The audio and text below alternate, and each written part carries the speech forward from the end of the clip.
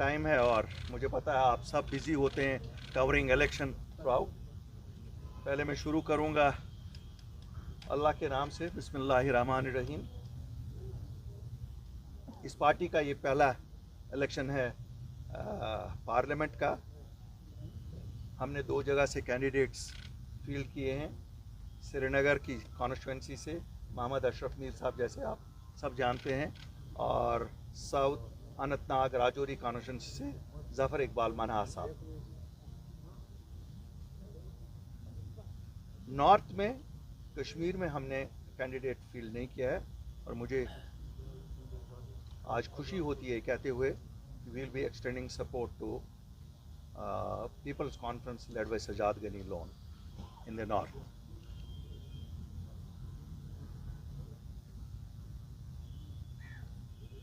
पिछले 4 साल में, खासकर 5 अगस्त 2019 के बाद, जैसा आप सब जानते हैं, ये वाहिद जमात है, ये वाहिद वो ग्रुप ऑफ पीपल है या पॉलिटिशियंस है जो सामने आए, फिर एक जमात बनी।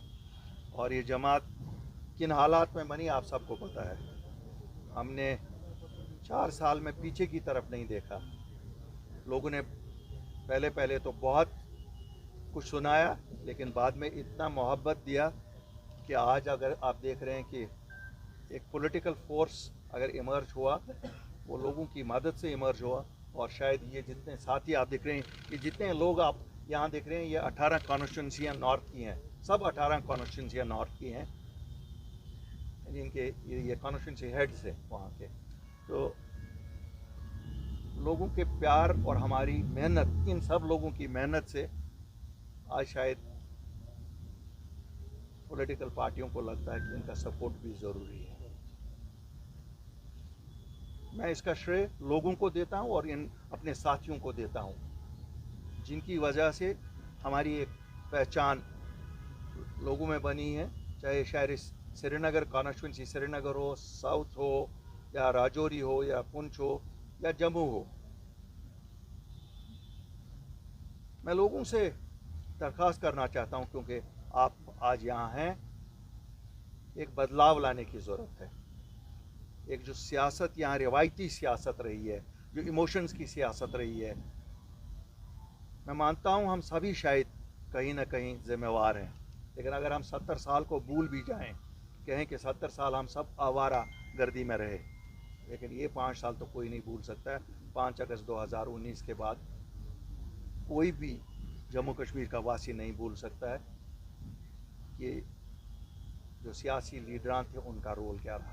और मुझे आज अफसोस से कहना पड़ता है कि अगर ये जमात नहीं सामने आई होती तो शायद लोगों की आवाज़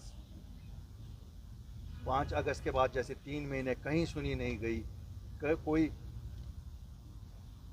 किसी का पता नहीं था कहाँ कौन है, शायद आज तक लोग इंतज़ार में ही होते। मैं इस मौके पे लोगों को मुबारकबादी देना चाहता हूँ कि आप में से ही, आपके ही लोग निकले, और जो हुकूमत हिंद ने 5 अगस्त 2019 को फैसला लिया 370 हटाने का, जिसमें सबसे बड़ा असर हमारे लोगों, नौजवानों पे पड़ रहा था कि जम्मू कश्मीर की नौकरियां, क्योंकि गिनी चुनी सरकारी, यहाँ प्राइवेट सेक्टर तो है नहीं, वो भी हमें पूरे हिंदुस्तान के साथ शेयर करनी थी। हमारी ज़मीनों का मसला था कि यहाँ जम्मू कश्मीर की ज़मीनें कोई नहीं खरीद सकता था। हमें एक अपनी कल्चरल आइडेंटिटी थी, रीजनल आइडेंटिटी थी, तो उसका भी खतरा था। मैं इन साथियों को मुबारकबादी देता हूँ और जम्मू कश्मीर के लोगों को मुबारकबादी देता हूँ। हम जब गए दिन के उजाले में वज़ीर आज़म हिंद से मिले, होम मिनिस्टर से मिले, हम इस चीज़ से नहीं डरे कि हमें क्यों जाना है, हमें क्यों मिलना है। हम भी क्लैंडस्टाइनली मिलना का डिसाइड कर सकते थे, लेकिन चूंकि हमें लोगों के मसले थे, अपना कुछ लाना नहीं था। आप सब जानते हैं हमने ज़मीनों का भी प्रोटेक्शन लाया और जॉब्स का भी प्रोटेक्शन लाया। अल्हम्दुलिल्लाह, मुबारकबादी इस कौम को जिसने हम पे भरोसा किया। एक वोट नहीं अभी तक दिया उस चीज़ के लिए, कभी हमने मांगा भी नहीं। उस वक़्त भी जब हम निकले, हम फी सबिलिल्लाह निकले थे अपने लोगों के लिए। आज भी हमारी सियासत फी सबिलिल्लाह है। कोई हम पावर के ये नहीं है कि भूखे नहीं हैं, लेकिन ये ज़रूर है कि ये जो रिवायती सियासत है, जो रिवायती सियासतदान हैं, जिन्होंने इन 5 सालों में भी बहुत गंदा रोल किया जम्मू कश्मीर के लोगों को लेकर। 5 साल के लिए हमने नेशनल कॉन्फ्रेंस के 3 उम्मीदवारों को पार्लियामेंट में भेजा। 5 अगस्त 2019 जब हुआ, वहाँ 5 MP थे कश्मीर से ताल्लुक़ रखते, 3 नेशनल कॉन्फ्रेंस से, 2 PDP से। क्या किसी ने इस्तीफ़ा दिया? नहीं दिया। अगर उन्होंने दिया होता शायद अपनी पार्टी बनने की ज़रूरत ही नहीं पड़ती। क्यों? वो एक ऐसी आवाज़ जाती पूरी दुनिया में कि देखो साहब, जम्मू कश्मीर के लोग प्रोटेस्ट कर रहे हैं उस डिसीजन को जो भारत की सरकार ने एक मेजॉरिटी से लिया। मैं नहीं मानता हूँ कि जब भी मेजॉरिटी उनके पास थी तभी लिया, उन्होंने नहीं किया। चलो, हमने भी सोचा कुछ दिनों तक कि शायद वो वहाँ इसलिए रहे कि बात करेंगे, लेकिन कोई बयान भी नहीं कहा गया, कभी कोई बात नहीं की गई। हमने सोचा चलो हमारे कुछ लोगों को तो 2870 लोगों को तो हमने लाया रिहा करके, जब हम गए प्राइम मिनिस्टर होम मिनिस्टर से मिले, लेकिन अभी भी 1400 बच्चे हैं, जिनमें से 700-750 बच्चे ऐसी जगहों पे जिनको 1 घंटे के लिए दिन की रोशनी दिखाई जाती है। क्या उनको वापस नहीं लाना है? क्या इन लीडरों ने कभी नहीं सोचा, क्या इन MPओं ने ये नहीं सोचा ये ज़रूरी है कि उनकी बात करें? क्या फ़र्क पड़ती अगर वो वैसे वहाँ पार्लियामेंट हॉल में ही होम मिनिस्टर और प्राइम मिनिस्टर से मिलते थे, उसी में ये बात कर सकते थे। लेकिन नहीं हुआ। ऐसा भी नहीं हुआ कि किसी एक को छुड़ाया, चलो ये भी नहीं उन्होंने किया, इसमें भी वो नाकाम रहे। क्या कोई प्रोजेक्ट उन्होंने लाया जिसके लिए MP जाते हैं? मैं नहीं कहता हूँ कोई बड़ा प्रोजेक्ट जिसमें 1000, 10,000, 20,000 लोग लगे। अल्लाह का एहसान रहना चाहिए, अगर हम लोग कहीं आए तो आप प्रोजेक्ट वैसे देखेंगे, लेकिन उन्होंने तो 100 लोग नहीं लगाने का कोई प्रोजेक्ट नहीं लाया। तो फिर किया क्या 5 साल? क्या ये हमें हक नहीं है जम्मू कश्मीर के वासियों की हैं हम कि उनसे पूछें नेशनल कॉन्फ्रेंस वालों किया क्या, तनख्वाह लेने के बिना किया क्या? अगर कुछ नहीं किया तो फिर किस लिए वोट दे दें? मैं लोगों को कहता हूँ किस लिए वोट दे दें? जो हमारा काम करेगा उसको वोट चाहिए, उसको वोट मिलना चाहिए। जो नहीं करेगा उसको किस लिए वोट चाहिए? आज ये कहेंगे अब हम करेंगे, क्या करेंगे? 5 साल वही थे। फिर जैसे इंडिकेशंस आ रहे हैं, जैसे आप ही मीडिया वाले सब कह रहे हो रोज़ कि शायद भाजपा की सरकार वापस आ रही है। जब ये पहले उनसे कुछ नहीं करा सके तो आगे क्या कराएंगे? अब ये कहते हैं कि हम एक जमात का हिस्सा, एक अलायंस का हिस्सा है, जिस अलायंस का लीडर कहता है मेरा बैंक अकाउंट बंद है, मैं बैंक अकाउंट नहीं खोल सकता हूँ।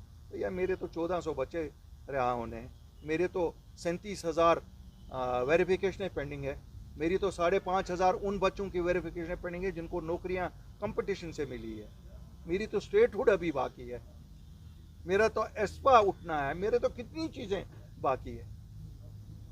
मैं तो अपने लिए नहीं निकला हूँ, और मुझे अगर लोगों के लिए काम पूरे करने हैं और इस अपनी पार्टी के कोर एजेंडा को फुलफिल करना है।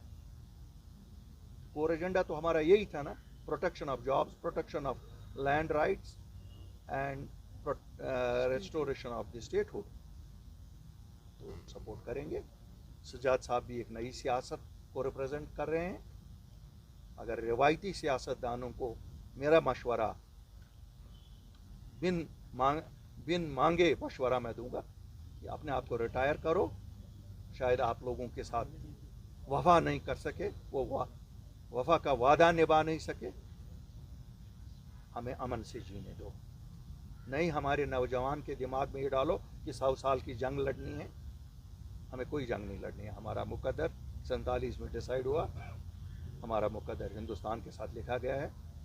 और मैं आज भी कहूँगा, बार बार ये कहूँगा, हाँ गाँव भी दिल्ली ने दिए, मदावा भी उनसे ही मिलेगा। मदावा ना लंदन में मिलेगा, ना वॉशिंगटन में मिलेगा, और ना इस्लामाबाद में मिलेगा। तो मैं कश्मीर के लोगों को, ये कोई ख़ानदानी जमात नहीं है। कल आप किसी और अल्ताफ़ बुखारी के ख़ानदान में से किसी और को नहीं देखेंगे, कोई और आम आदमी भी आ सकता है, और ये आम आदमियों की पार्टी है, हम सब आम आदमी हैं। मुझे पुख्ता यकीन है कि वो इस जमात के हक़ में, और जहाँ इस जमात के कहीं पर हम सपोर्ट किसी को करते हैं, उनको उनके हक़ में वोट दे देंगे। और हम इंशाल्लाह लोगों को वादा करते हैं, जो मैं हमेशा कहता हूँ, हमारी वजह से कोई शर्मिंदा जम्मू कश्मीर का नहीं होगा, कोई भी वासी शर्मिंदा नहीं होगा। हम अपने नौजवानों को इज्जत वाली ज़िंदगी चाहते हैं, उनके लिए उनका पुरवकार दिन गुजरना चाहिए।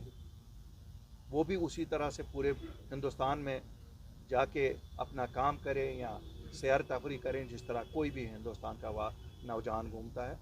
जी के कॉज बहुत सुहाने होते हैं और सुहाने सपने उन्होंने 2019 में भी दिखाए हमें, जब उन्होंने PhD बनाया। मैं शायद जवाब नहीं देना चाहता था क्यों बहन है हमारी, लेकिन वो PhD को तोड़ने वाले भी वही हैं। एक लास्ट होप जम्मू कश्मीर के लोगों को हुई थी, शायद PhD कोई वफा करे। बेवफा लोगों से वफा की तवक्का ना रखिए। आपको भी कहता हूँ, अल्लाह का फजल है, उन्होंने तो पहले ही किया। वो उनका दिल मुझसे थोड़ा सा बहुत वसी है, मैं नहीं कहूँगा बड़ा है, क्योंकि बड़ा दिल होना बीमारी मानी जाती है, लेकिन भाई हम तो दोस्त ही हैं सब, हम तो भाई ही हैं सब। वैसे भी मैं किस पॉलिटिकल पार्टी के किसी के भी बोलो, सभी तो दोस्त हैं, हम तो कोई किसी के साथ पर्सनल जंग में नहीं हैं।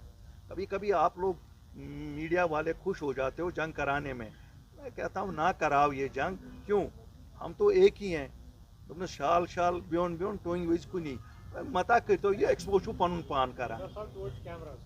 आई सपोर्ट दैट जो पुराने सियासतदान हैं, जो पुराने सियासतदान हैं, सियासी जमातें हैं जिन्होंने इमोशनली हमारे बच्चों को ख़राब किया। अभी होम मिनिस्टर साहब ने जो बताया, ठीक है, हम सब कहते थे नामालूम बंदूक बरदार।